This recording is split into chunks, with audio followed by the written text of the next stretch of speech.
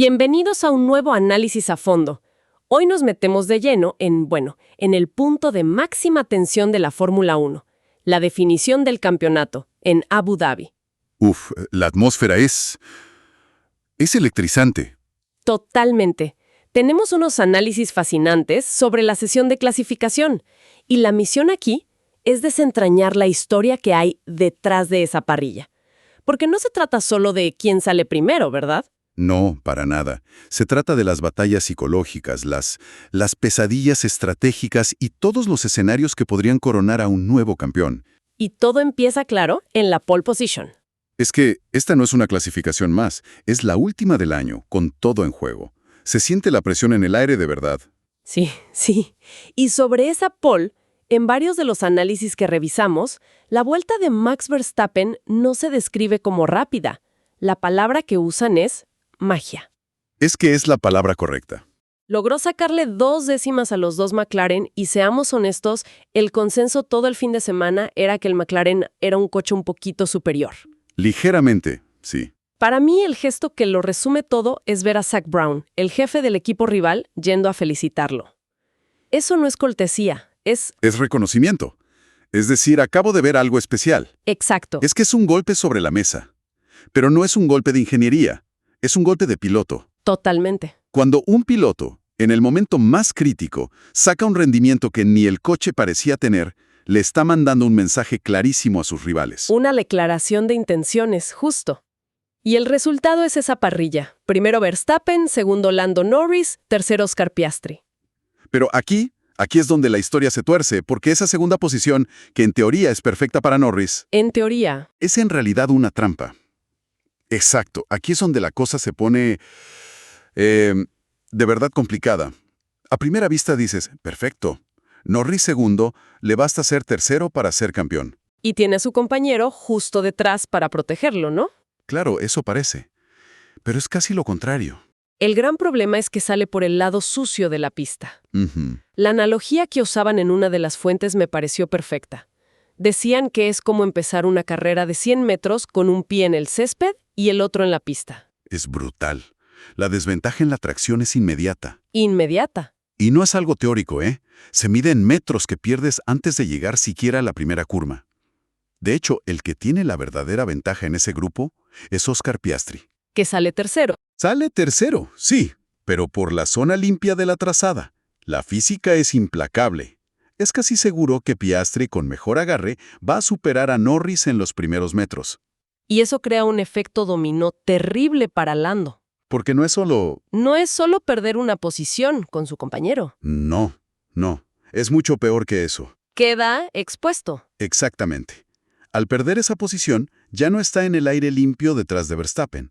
De repente se ve metido en una batalla con el cuarto, con George Russell. Que también viene por el lado bueno. Claro. Y ahí se abre la puerta al caos, al contacto, a tener que tomar una línea defensiva en lugar de una de ataque. Y si hay un lugar donde no quieres tener que improvisar una defensa, es en la curva 1 de Abu Dhabi. Para nada. Es un embudo de altísima tensión. Y los análisis recordaban que esa curva tiene un historial bastante conflictivo. Sí. Los análisis nos recuerdan incidentes clave. El año pasado, sin ir más lejos, Verstappen y el propio Piastri tuvieron un toque ahí mismo. Cierto. En 2016, Verstappen y Hülkenberg también. Es una curva que por su diseño, tan cerrado después de una recta tan larga, casi invita al contacto. Y aquí el punto clave. El que debe tener a la gente de McLaren sin dormir es que Piastri no va a levantar. No puede, no debe, y francamente no tiene por qué hacerlo. A ver, pero siendo realistas, si fueras el director del equipo, ¿qué le dices a Piastri antes de la carrera? ¿puedes tener cuidado, no sirve de nada? No. Y déjalo pasar, es matar su espíritu competitivo. Es que no hay una instrucción buena, no le dices nada directo, quizás algo sutil por la radio. ¿Cómo qué? Oscar, las simulaciones muestran que el ritmo de Lando es superior, la prioridad es el equipo. Algo así. Una orden sin darla explícitamente. Exacto. Pero incluso eso es un riesgo enorme. Piastri es un ganador. Y en esa curva, con la adrenalina a tope, solo va a pensar en una cosa, ganar posiciones. Lo que nos lleva directamente a la pesadilla estratégica de McLaren.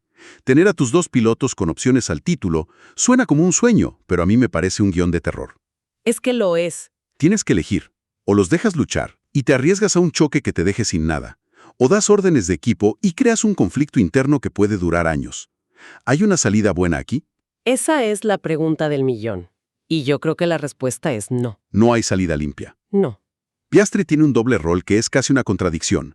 Por un lado, McLaren lo necesita para atacar a Verstappen. Es el cortafuegos ideal. Es la pieza que puede presionar a Max, forzarlo a usar más sus neumáticos. Justo, condicionar la estrategia de Red Bull es una pieza de ataque fundamental. Claro, no es un simple escudero. Para nada. Pero al mismo tiempo, ese rol de ataque lo pone en curso de colisión, directa con su propio compañero. Exactamente.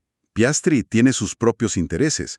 Si gana la carrera y Norris tiene un problema, el campeón es él. No le pueden pedir que se sacrifique. ¡Imposible! Imagina el peor escenario. Le piden que proteja a Norris. Él obedece y en la vuelta 15 Norris pincha un neumático. ¡Uf! McLaren habría sacrificado a su única opción restante. Por eso no pueden anularlo. Están obligados a dejarles competir, al menos al principio, y cruzar los dedos. La tensión en ese muro va a ser insoportable. Totalmente. Y esa tensión no se acaba cuando pasen la primera curva, ¿eh? El siguiente campo de batalla es la estrategia. El gran debate, 1 o 2 paradas en boxes. Aquí es donde entra en juego el ajedrez. Y los datos de las tandas largas del viernes, que, bueno, siempre hay que tomarlos con pinzas, Siempre. nos dan pistas muy interesantes. El neumático medio mostró una degradación bastante alta para todos a partir de la octava vuelta, más o menos. Y comparando a los líderes. La tanda de Verstappen fue más larga y consistente. La de Norris, en cambio, fue más rápida al principio, pero luego su ritmo empezó a fluctuar mucho más. Pero, y este es un gran pero, el análisis advierte que esos datos son del viernes. Claro. El Red Bull del sábado, el de la vuelta mágica, parecía un coche completamente distinto, mucho más afinado. ¿Podemos siquiera fiarnos de esos datos de degradación? Esa es la gran incógnita. El salto de rendimiento que vimos de Verstappen sugiere que su ritmo de carrera y su gestión de neumáticos también han mejorado. Así que McLaren no puede confiarse. No puede construir su estrategia pensando que van a tener ventaja de ritmo. Y aquí es donde la carrera se abre. Y entran en juego los que una de las fuentes llamaba, muy acertadamente, los jueces de la carrera. Mercedes y Ferrari. Exacto. Equipos que no se juegan el título, así que no tienen nada que perder. Eso significa que pueden ser más agresivos. Son los candidatos perfectos para lanzar un dado y romper la carrera. A ver, el escenario más lógico es que Verstappen, como líder, intente controlar todo con una sola parada. Es lo más conservador para mantener la posición en pista. Claro. Pero si al final de la carrera, con los neumáticos al límite, tiene que empezar a bajar el ritmo, ahí es donde un Mercedes o un Ferrari que hayan arriesgado con 2 paradas pueden ser letales. Llegarían con neumáticos mucho más frescos y un ritmo endiablado en las últimas vueltas. Y eso pone a McLaren en una encrucijada estratégica terrible. Totalmente. Porque si siguen a Verstappen y van a una parada, se arriesgan a ser atacados por los de atrás. Pero si se desmarcan y van a 2, le regalan la posición en pista a Verstappen y dependen de poder adelantarlo al final. Y aquí los análisis recordaban 2 lecciones históricas de Abu Dhabi que seguro todos tienen en mente. Desde luego. Yo recuerdo ver esa carrera de 2010 en vivo y no poder creer el error de Ferrari. Se obsesionaron con cubrir a Mark Webber. Lo llamaron a boxes para copiarlo. ¿Sí? Y le dejaron el camino libre a Vettel para que ganara su primer título. Una lección carísima sobre no enfocarte solo en tu rival directo. ¿Y la otra es la de 2016? La de 2016. Hamilton frenando deliberadamente a todo el grupo para que atacaran a Rosberg. Increíble. La conclusión de todo esto es clara. McLaren no puede permitirse el lujo de mirar solo hacia adelante. Tienen que conducir con un ojo en el retrovisor, porque la amenaza que decide el campeonato podría venir de un coche que ahora mismo está quinto o sexto. Has mencionado el rendimiento de Verstappen y quiero volver a eso, porque el análisis de la telemetría que leímos es increíble. Desglosa esa magia de una forma que casi no parece real. Es que los datos son reveladores, muestran que Verstappen marcó casi toda la diferencia en el tercer sector, específicamente en las curvas lentas 13 y 14. Pero eso es contraintuitivo. Se suponía que esa era la zona fuerte del McLaren. No. El Red Bull no destacaba en baja velocidad. Exacto. Por eso es tan sorprendente. Entonces, ¿cómo lo hizo? Porque los datos son brutales. Hablaban de ganar 1/10 en una sola zona de frenada. ¿Cómo es posible ganar tanto tiempo frenando? Frenó 10 metros más tarde que los demás. A este nivel, eso suena a locura. Es un riesgo calculado y una ejecución perfecta. La hipótesis que se plantea es que fue una vuelta gestionada de forma magistral. Es posible que sacrificara 1 o 2 centésimas en la curva 9, a mitad de vuelta, para no sobrecalentar los neumáticos traseros. Ah, para llegar con las gomas en mejor estado al final. Justo, llegó a ese último sector con las gomas en la ventana de temperatura perfecta.